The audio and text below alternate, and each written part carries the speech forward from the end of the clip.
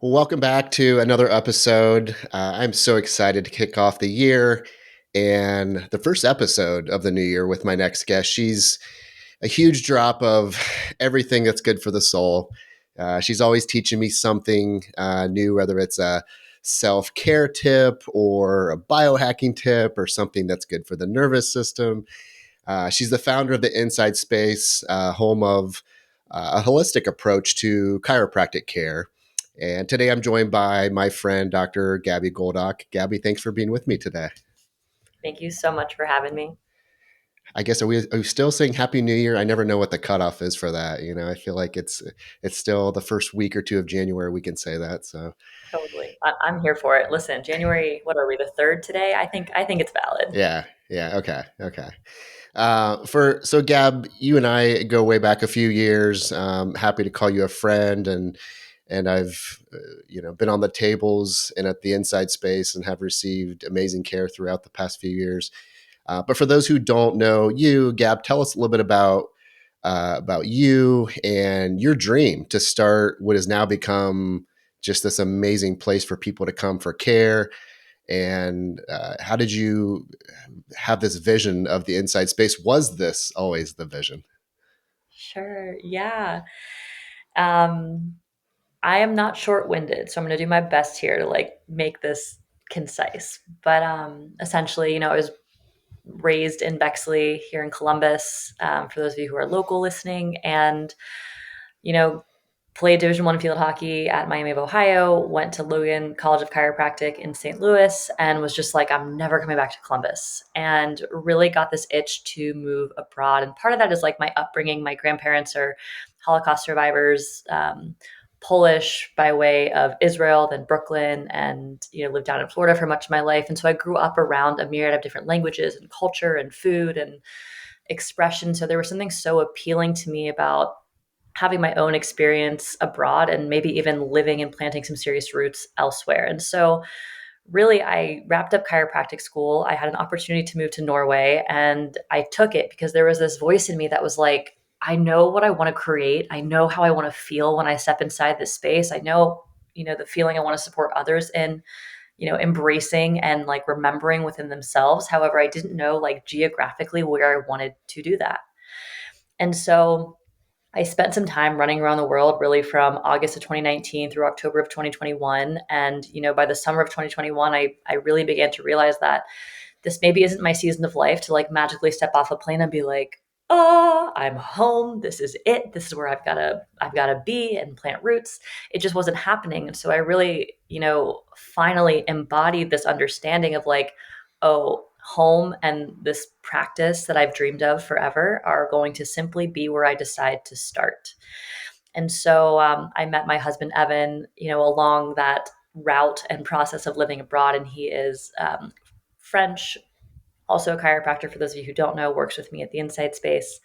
And, for him to come to the US, there were a lot of hoops that, he would have been required to jump through. And so there was a part of me that was like almost avoiding coming back because I, wanted to spare him some of that. But when we have a path, we have a path, and those things seemingly cannot be avoided for long. And so summer of 21, I really started to get a nudge that I needed to return to Columbus. And I didn't know if that was going to be temporary or if that was going to be for the long term. Um, I literally like called my astrologist the day before I booked my flight was set from Belgium to come back to the US where I was living at the time.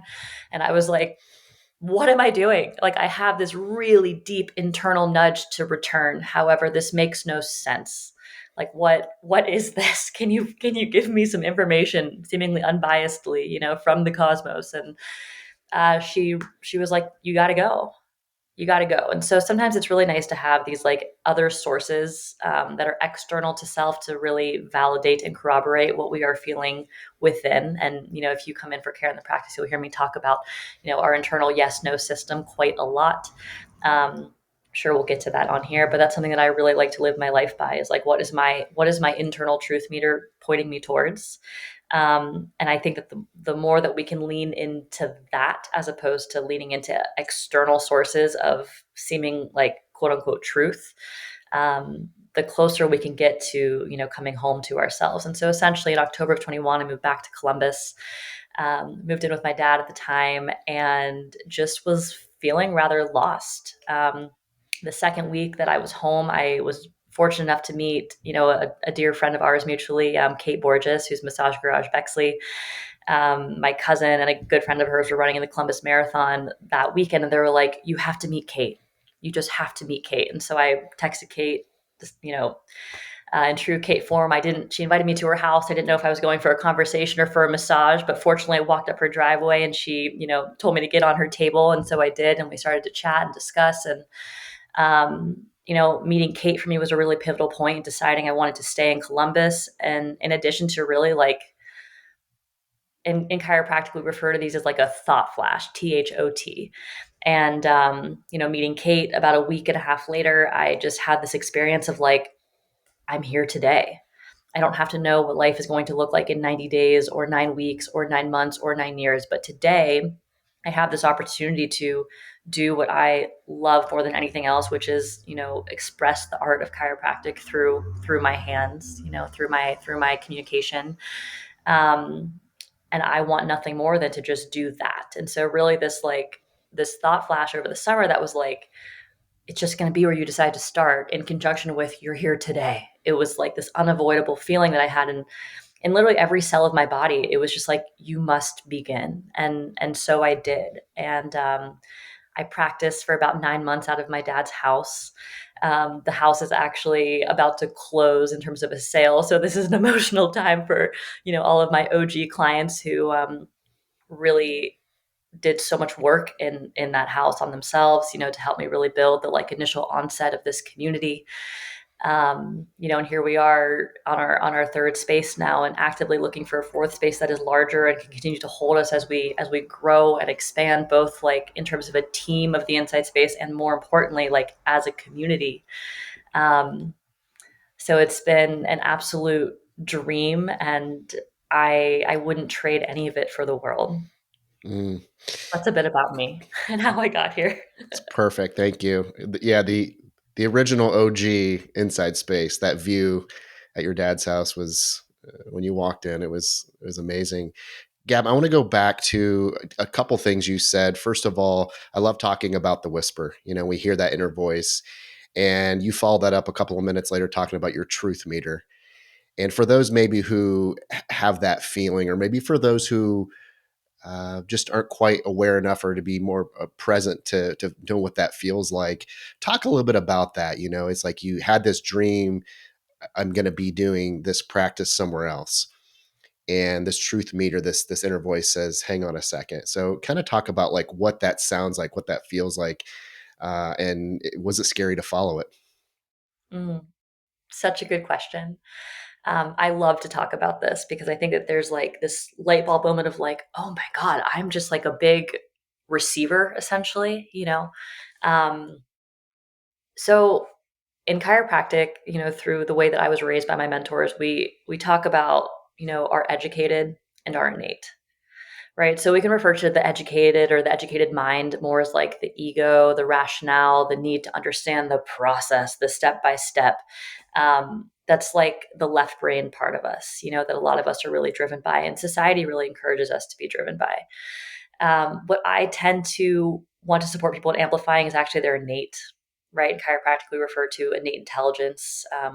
Innate is like our truest essence, right? It's this thing that's always guiding us behind the scenes. It's just a matter of like, can we give our educated a different job so we can amplify, the potency and the whispers or the yells of our innate.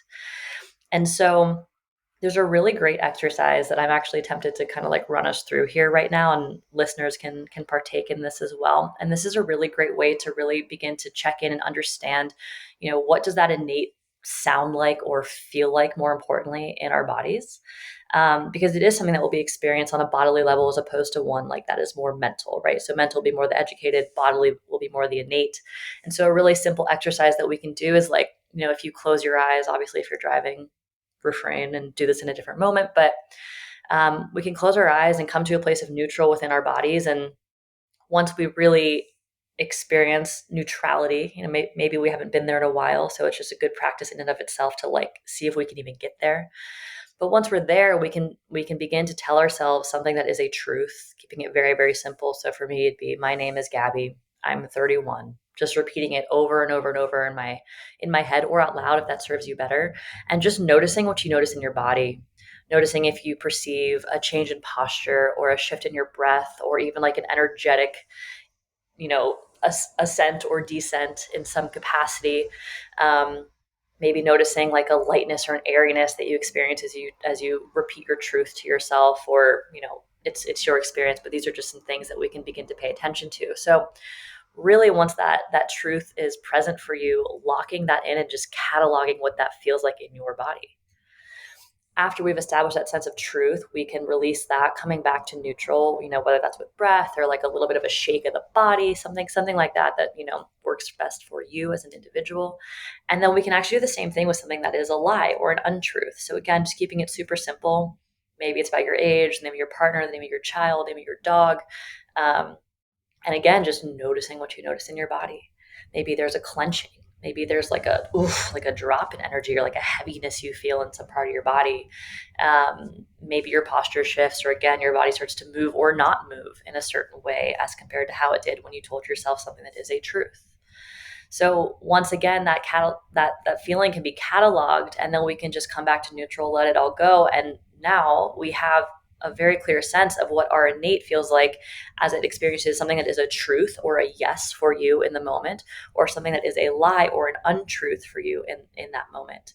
And so what I invite people to do in the practice, because for me, like chiropractic is ultimately a way just to deepen our listening practice within ourselves. We can begin to train this like a muscle, right? So I encourage people to start this with really, really simple things like, what do I want for dinner? Chicken, steak.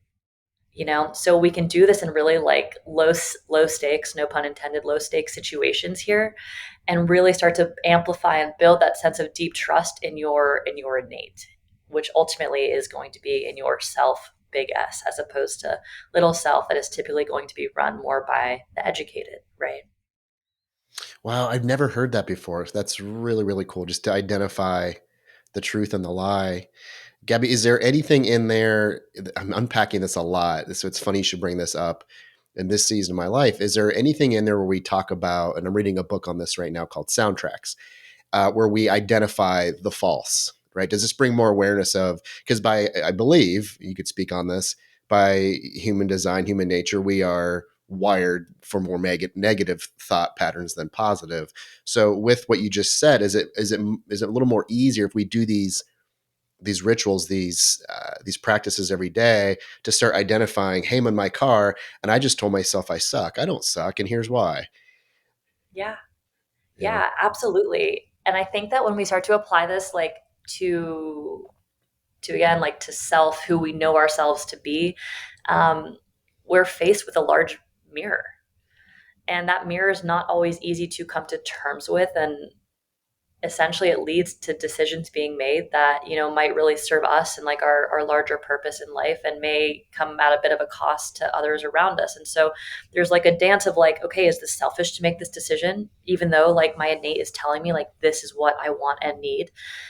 And by I mean it's like there's something much larger guiding us in that. Or like these very human qualities that we are faced with as we begin to like really peel back the layers of like who we are not. And in my practice I'll explain this in terms of like closing out old tabs and programs that might have been running for a long time, that at one point might have served us in an adaptive type of way but might not be serving us now. So it's like we're constantly faced with these opportunities to refine and to meet ourselves with a deep reverence and honoring of who we've been and who we are now, and ultimately continue on a second to second basis to choose who we want to be and how we want to show up, and really just decide Hmm. decide who we are at any given moment, and know that it is all fleeting. And so if something feels like a truth in one moment, knowing that that could change in the next, and that's okay. Mm. Gab, you have a more holistic approach to your practice. And how does that differ from, let's say, traditional methods of chiropractic care throughout the years? Yeah, so it's kind of funny because chiropractic, at the root of it, when it originated, um, it ultimately is a holistic application of, whether you want to call it philosophy. The creative chiropractic would honestly refer to it as like a whole spiritual approach or even like a religion.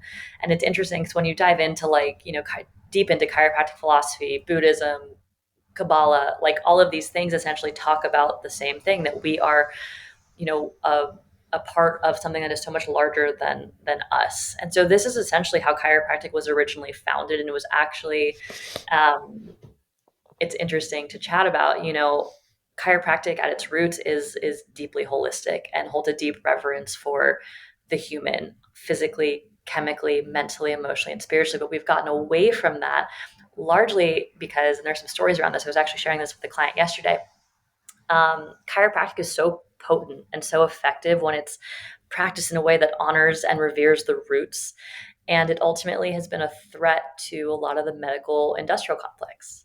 And so there are stories, back during the Spanish flu 100 and some years ago, where medical doctors would send clients or patients home essentially to die. They say, "There's nothing more I can do for you." But those people, a handful of them, would go see chiropractors.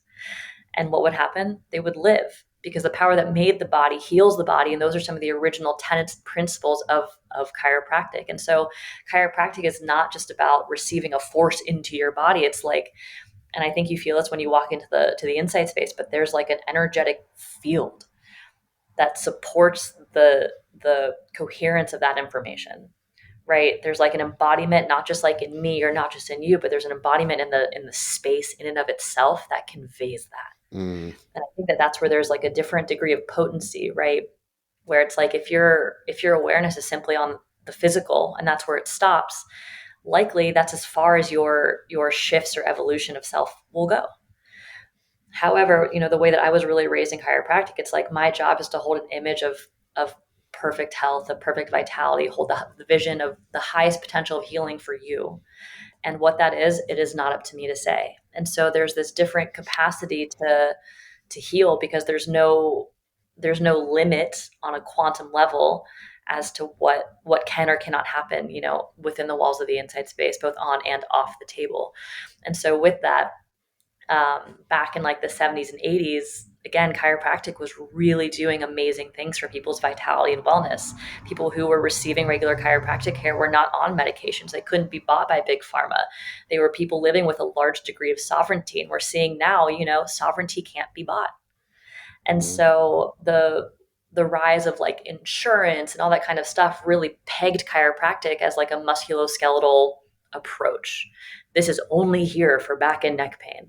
And so there's this resurgence happening right now where chiropractors all over are adopting more of this vitalistic philosophy and principle, opposed to that of something that is mechanistic, meaning like, I hurt here, touch me here. When it's like, wait, there's so much more going on under the surface. Let's honor the whole.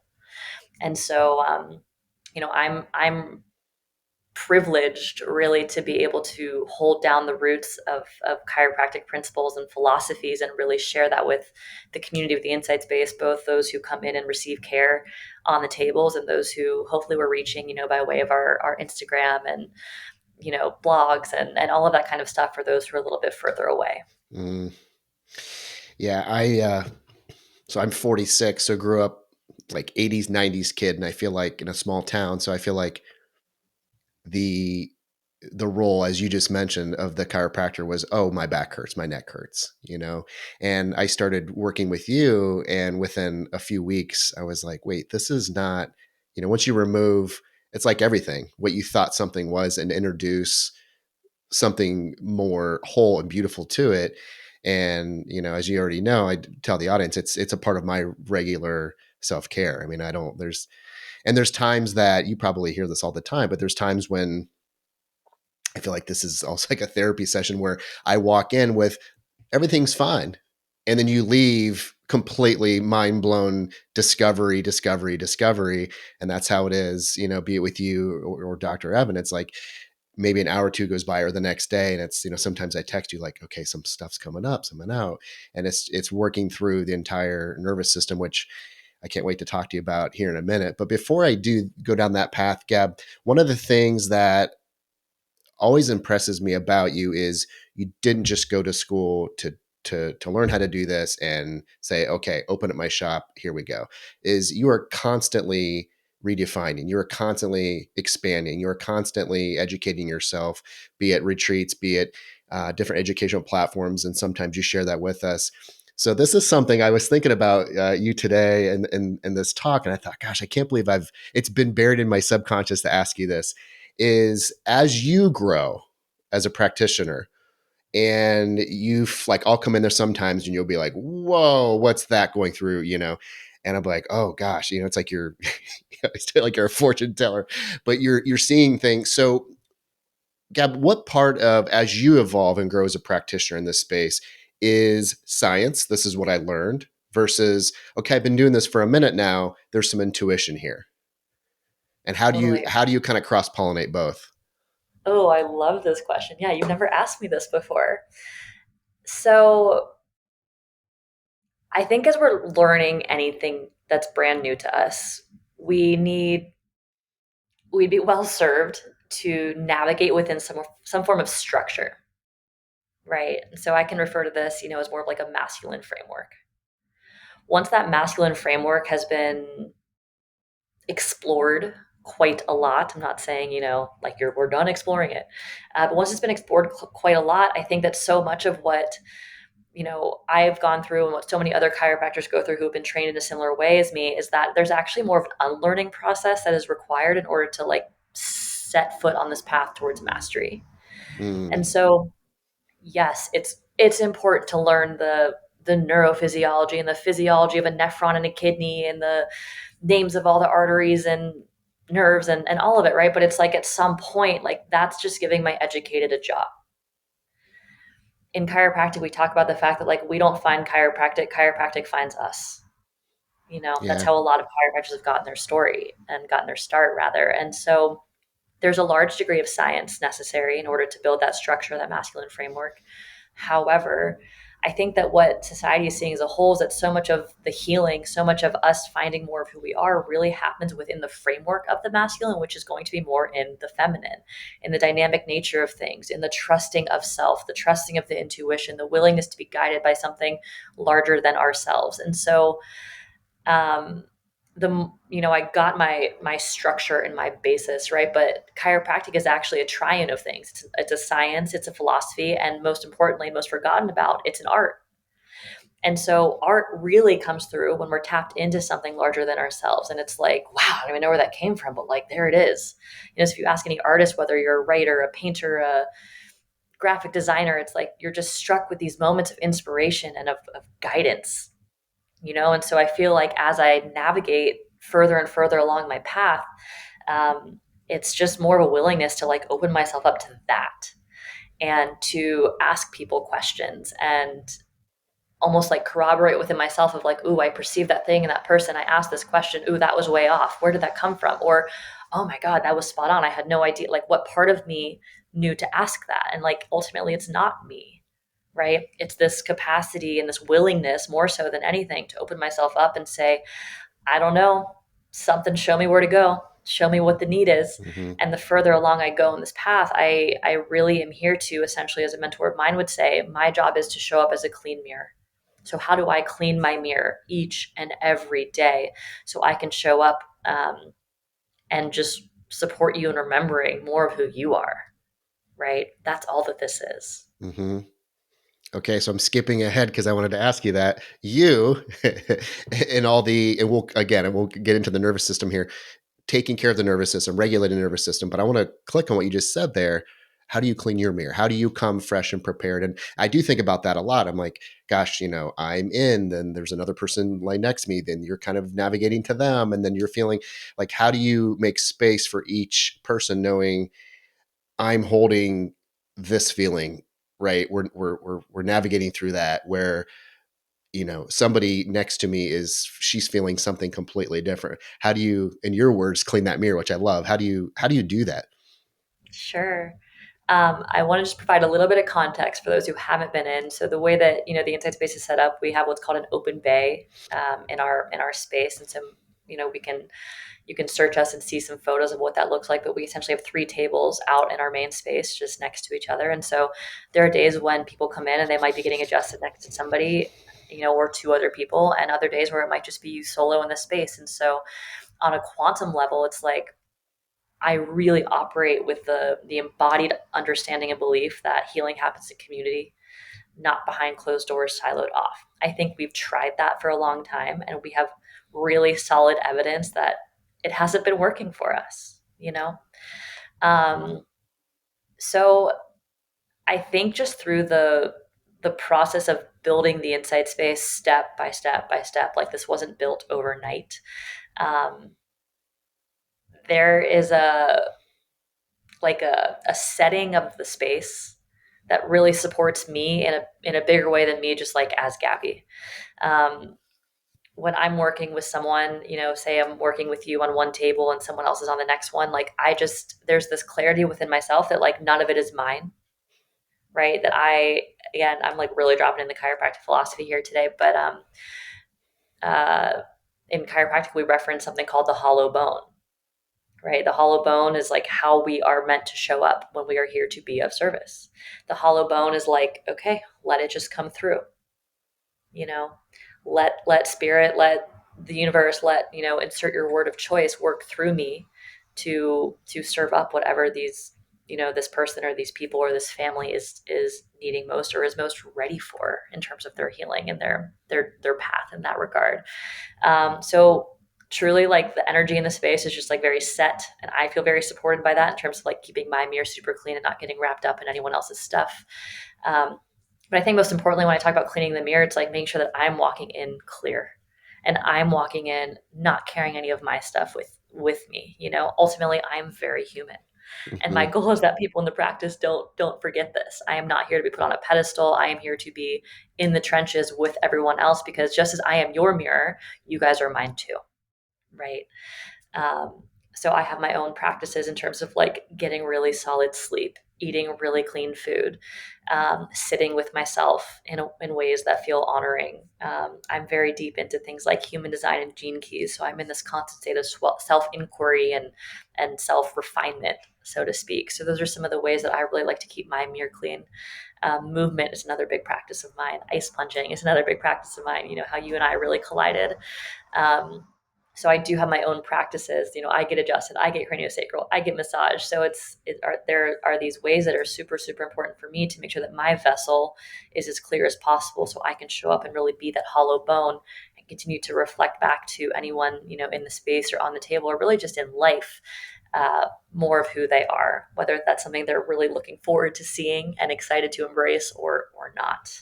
Hmm. Thank you. And again, back to 20, 30 years ago, the nervous system was not talked about a ton. Definitely not. At least I don't think so. You could correct me if I'm wrong there within chiropractic care. And so let's break that down. I know this is 3 different episodes all to itself with you, but Gab, for those, and we've talked about a little bit about this with a couple of different guests on this podcast, but what is the nervous system? How do you work with it in chiropractic care? And to me, looking at it, watching you and navigate and hearing you in these discussions, it seems like it's probably your blueprint with everything. Totally. Yeah, so we're going to break this down in a couple of different ways. I'm going to start really with actually how I explain chiropractic in the office. So if you've been in for a first visit, you've probably heard this talk or some rendition of it. If you are yet to come in, here it is. We'll keep going over it because it is that important. I don't expect this to be memorized and embodied within one deliverance of it. But essentially, like my role as the chiropractor is to support people in redirecting attention within themselves, right? This is on a physical level, a chemical level, mental, emotional, and spiritual, right? Just depends where you're at. All of these things are working in coherence at all times. It's just a matter of like, okay, are we in more of our educated? Are we in more of our innate? Like, where do we find ourselves in a given moment? And like I said, that can be different from moment to moment to moment. And so, with that, I work with the nervous system because the nervous system is the master controller of the body. You know, it runs the show completely for us. And not only that, but it also perceives our entire world, both our outside world and our inside world. right?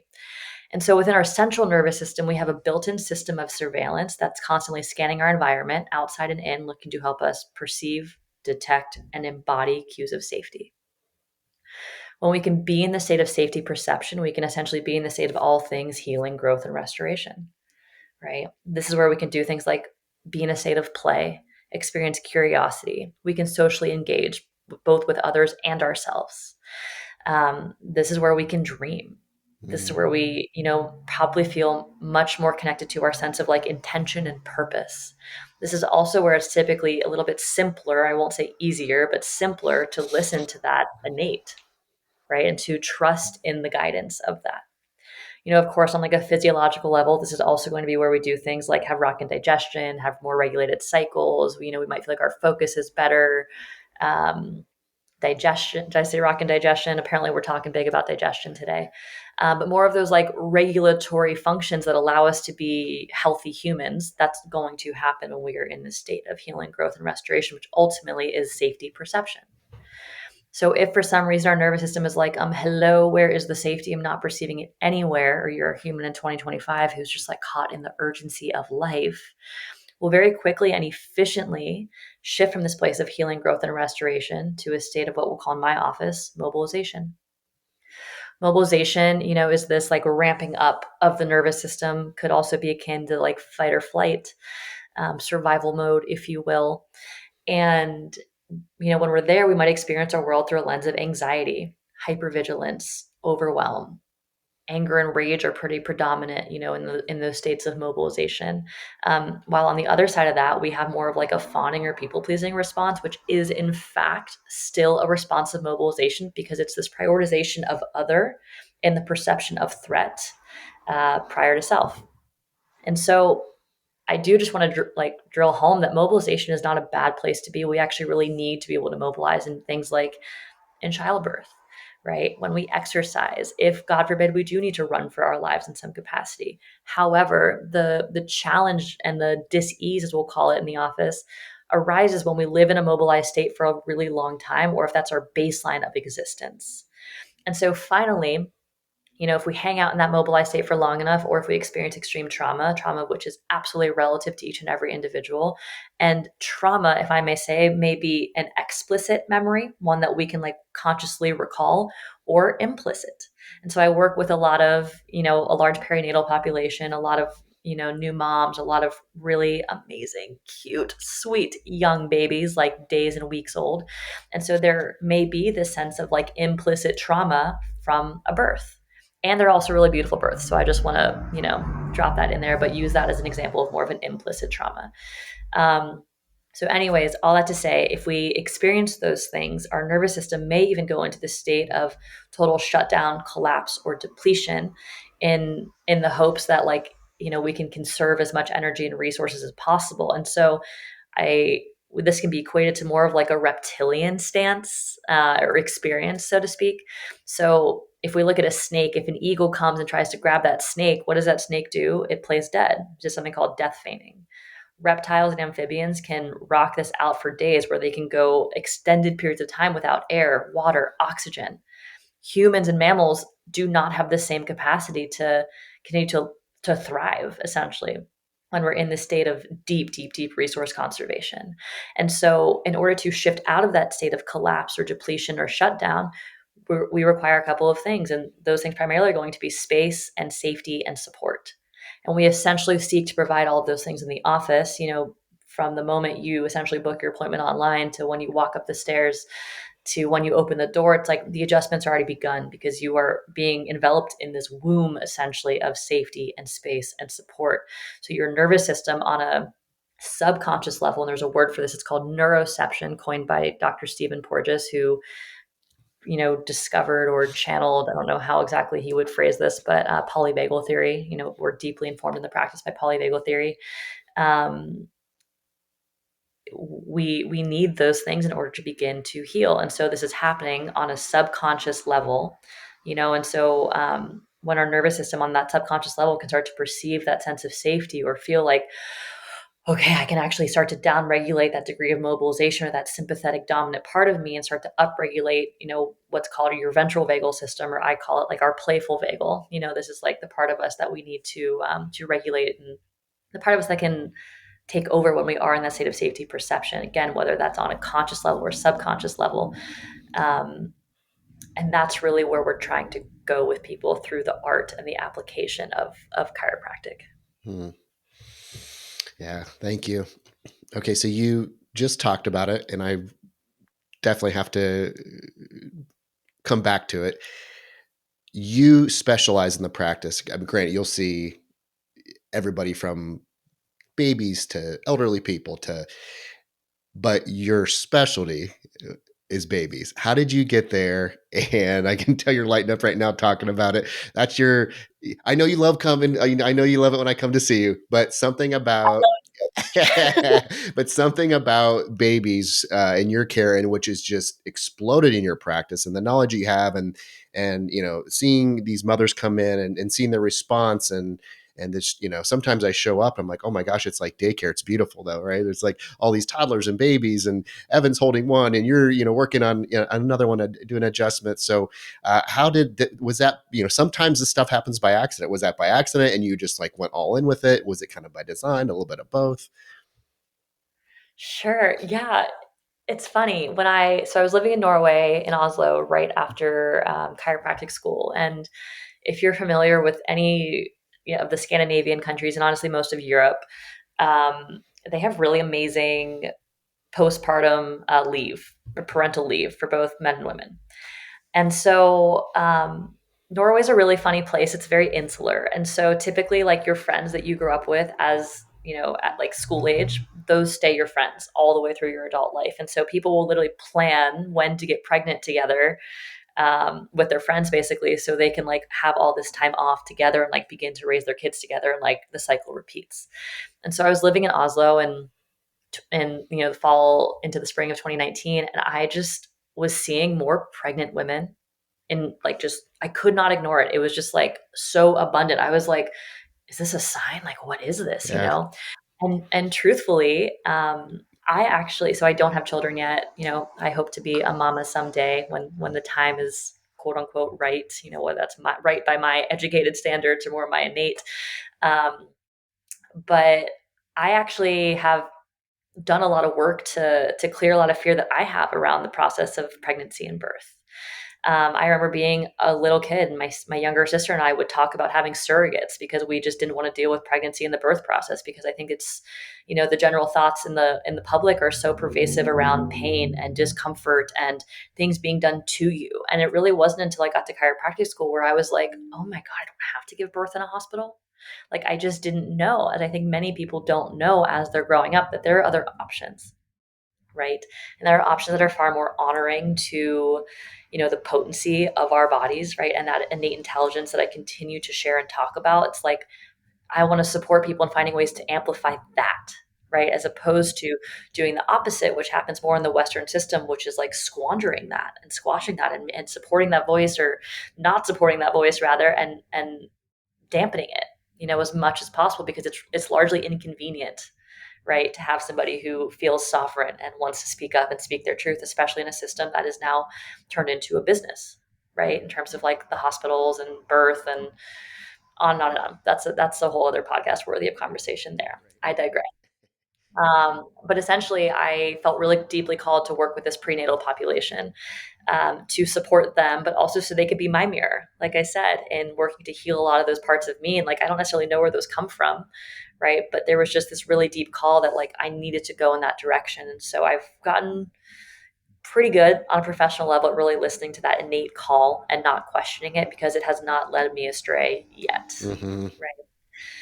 And so I'm working with this prenatal population over the last several years, and I'm actually realizing like, wait, this is so magical when these babies arrive. And there's just something about like having worked with someone for, whether it's for a couple weeks or several months or the duration of their pregnancy, or even like from preconception onwards, and they come in and they just like hand you their baby. And it's like, I know educatedly that like that was just in your body.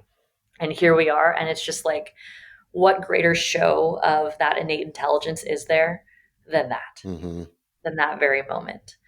And so if anyone has been around a newborn baby, you know that their essence is just so wildly pure. Mm. There is nothing inhibited within them.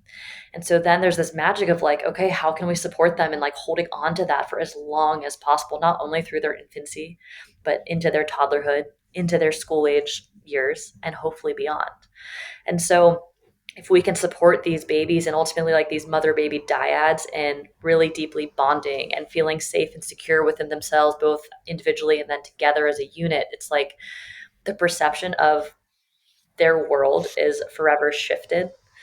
And if they can navigate with this sense of like deep trust and safety within themselves, like what can't they do as they continue to grow and contribute and make their own impact and leave their own footprint on the world? And really, this starts even preconception, you know. But yeah, so there's truly just something so magical, and I think that because they're so uninhibited, we see change and shift so quickly at times, you know. So like when a mom comes in who just like desperately wants to breastfeed and they're having a hard time latching and figuring it out, it's like, well, let's tell the story of the nervous system. Let's honor, you know, where you guys are at. Let's also give you some education and validation as to why you guys are having the experience you're having. And guess what, you're in the right place. We can support you through this and support you in getting different outcomes that are more along the lines of like where you want to go and what your values are in your life. And there's just like no greater gift than that. It's beautiful. Thank you. Gabby, one thing you always impressed me with, again, moving the needle, is if you weren't busy enough, you had a whisper to write an ebook recently. And that was this past year. Tell me about that. What brought that on, and what's it about? Totally. Thank you. Yeah, so something that I've grown increasingly passionate about is this narrative around what is referred to as a tongue tie. Um, a tongue tie is ultimately, you know, in the way that it's being shared in our community, is ultimately just a reflection of our society's desire to blame something external to self and have a quick fix. And I'm fortunate to have an amazing mentor here in Columbus, Dr. Allison Hazel Baker, who's been in the lactation and craniosacral space for almost 40 years at this point in time. um, I've kind of latched onto her for a lot of deep learning because what she was sharing in regards to tongue tie just made a lot of sense to me. So this is a whole ebook really explaining the larger picture of what a true tongue tie is and also what it isn't. Um, what's happening right now is that a lot of parents are having, you know, feeding difficulties or their baby's colicky or name XYZ symptom. And essentially what's happening is that this notion of a tongue tie, which is a piece of tissue underneath the tongue that attaches the tongue to the floor of the mouth, which is totally normal histologically and physiologically to have this and anatomically. It's really being blamed for causing all of these issues. But the tongue and the frenum, as it's called, is connected to everything else in the body. And so we're getting into some trouble here because again, we're the medical system or even, you know, pediatric dentists, people like that, who are hoping to have a quick fix, are looking at the tongue and the frenum as something that exists in total isolation. And guys, I don't think that's worked for us with anything else that we've been doing in regards to our health and well-being. And so for me, I wanted to write this piece that really explains the larger picture of the tongue, the frenum, tongue tie or lack thereof, the nervous system, and the fascial system, because all of these things come together to play a role in what is being diagnosed as a tongue tie. When in reality, there is a root cause that's being missed. And what's happening is a lot of these babies are having some sort of surgery with a laser that is releasing and cutting that tissue. And they're doing that without any sort of anesthesia. We would never do that for an adult. Yet there are pediatric dentists left and right, especially here in Columbus, and I'm fired up about it, who are releasing all of these oral tissues in the mouth without anesthetic and also without good reason. You know, so if we do have any new parents here, the true incidence of true tongue tie is actually only 3 to 5%. So if you are working with someone and they are dropping this word tongue tie or even lip tie, it's a whole other side. But you know, it's really worth taking someone in to, you know, receive some craniosacral, find a lactation consultant who also, you know, does some sort of body work, come into us at the inside space. Like there are more and more people who are looking to support families with us in a conservative way, and also from a root cause level, because what we see time and time again is that as baby develops a deeper sense of safety and capacity to like occupy space in their bodies, that the function of the tongue and the restriction of said frenum under the tongue begins to open up. And so a lot of these things, the symptoms of the colic, the fussiness, the gas, the difficulty latching, the painful latch for mom, a lot of these things can resolve as we, really address the mother baby dyad from a root cause level and also through the lens of the nervous system. Mm. Well, congrats on the book. That's really cool. It's amazing. Um, Gabby, I know we touched on a lot here in just a few subjects that you're so passionate about. And before we go, I do have a couple final questions for you. Before we get to those, you're obviously very passionate about these things we discussed today. And what a blessing, what a gift that you get to walk into a space, the inside space, to walk into that ecosystem and just live in it every day. And so do you ever have these pinch me moments when you're like, how did this happen? Is this my life? All the goddamn time. Um, this is like kind of an extreme example, but I was out of town about 2 weeks ago for a little bit over a week, and I was down training with a mentor of mine, and Evan and Sadia and Morgan. So if you guys aren't familiar, Sadia and Morgan are gals who just really are like the glue to the practice. But Evan, Morgan, Sadia held down the fort. I was gone. I received not a single text of like, hey, this happened. What do I do? Hey, this happened. What do I do? It was literally just like this sense of deep, deep, deep trust in the way that we all just like step up and are a part of this. And so, especially with the solidification of our team right now, I've been having pinch me moments literally left and right. Like I look around the inside space as I, have hands on someone, and I'm just like, how did we get here? And it's not to say that there wasn't hard work, but like I am a firm believer that like we all have this capacity to tap into this like internal truth meter, and like and into that like innate intelligence, into that like that inner knowing. And I've really just allowed that to guide me step by step by step as the inside space has grown. And I read something in, by Richard Rudd, who has really channeled the gene keys, and he talks about the fact that like effortlessness is not the lack of effort, it's just the lack of resistance. And so that is something that I really try to carry with me in every aspect of the inside space. So I run things through this filter of like, does this move us closer to the feeling that I want people to experience here? Yes or no. And it becomes very simple to then navigate. So I want to support people in unlocking more of that within, themselves, within their own businesses, within their own practices. So they too can have these pinch me moments and look around and be like, dude, look at this thing that was birthed. Like it's hard for me to really like take any credit for it, to be honest. Yeah. It's something I'm working on, but it just is this thing that like needed to move through me so it could be here, for the community. So a long answer to a simple question, but those pinch me moments happen every single day that I'm in the space. I love that. I love that answer. And yeah, when you're the artist at times, because you're the artist of this, which what once was a blank canvas.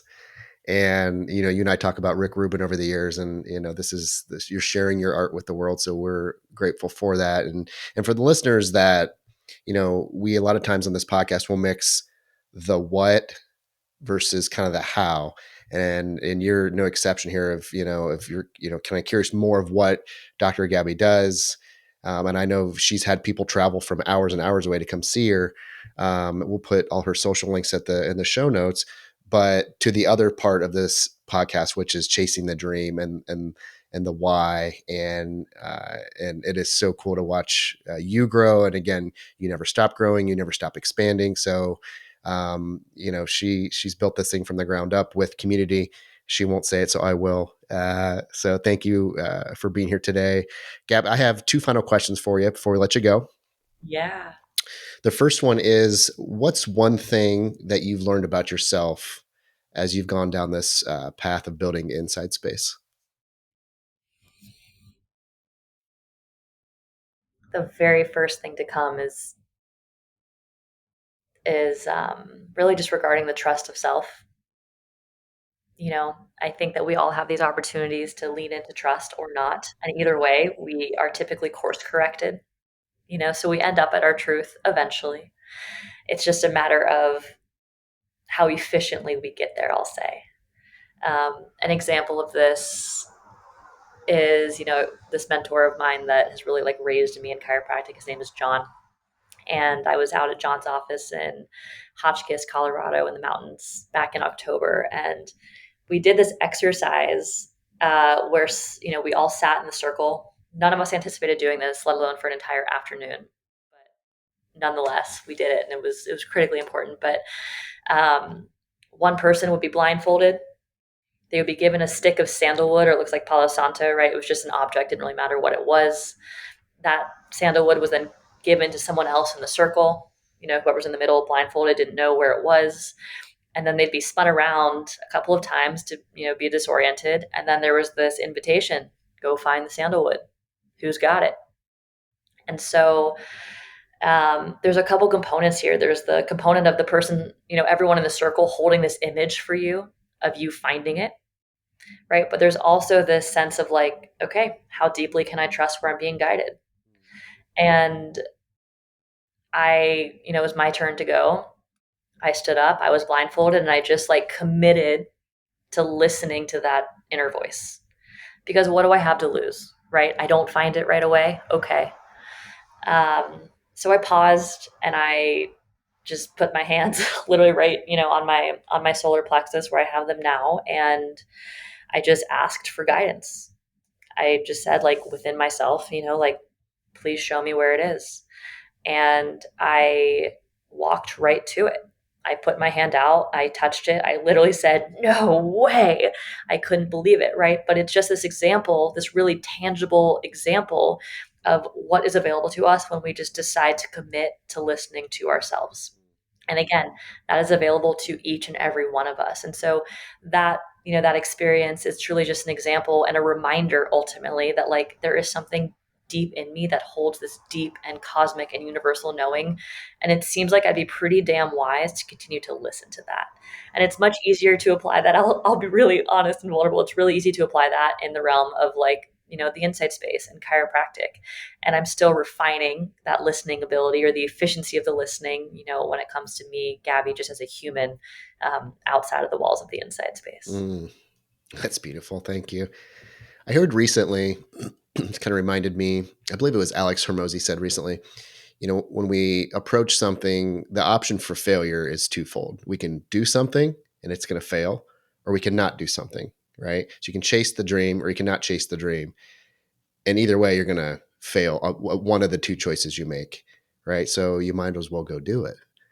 And then on the other flip side of that is the success, which you kind of talked about in the beginning of it, of it's not going to be like you think it's going to be, right? Like I'm never moving back to Columbus. I'm never, so it's like we have these different, views of what it looks like, and it can go on this squiggly line and this up and down pattern. And eventually we're going to get there. But it reminded me of that. So thank you. Totally. Yeah. Gabby, last question for you. What advice would you give to someone who hears the whisper of a dream that just seems too scary to chase? Hmm. Wow.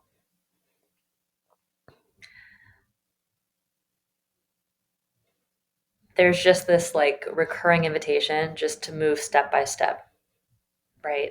Step by step. None of this happens overnight. If it does, amazing.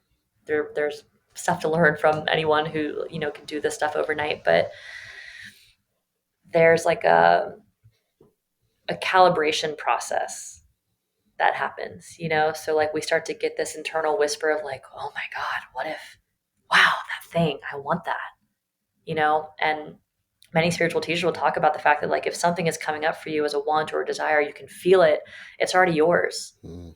you know. And if we get caught up in our educated and are like, but how am I going to get there? It's paralyzing, can be, So the invitation is really just to like drop back into your body and just go step by step by step. And there's no rush. None of us are on a set timeline. As much as we feel like we are, by this age, I should have this, this, and this, or I should have this many kids, or this many dogs, or this many properties. And it's like, wait, says who? So just slowing things down, coming back into your body and like communing with the reverence that we are all on our own timelines and that these things are all possible for us, right? But it's just a matter of waiting for that internal nudge or whisper or yell, maybe, dare I say, um, to know when it's really time to take some action. And that's where, like, tools like human design or the way that we, practice chiropractic at the inside space or meditation or cold plunge, whatever those things are for you, they're literally here to just like support you in shedding the layers so that inner voice can be louder. So we don't have to wait quite so long, before we decide to do something differently than what our habitual nature of our day to day presents for us. So good. Dr. Gabby, thank you for being here with me today. Thank you so much for having me. This was an absolute blast. So good.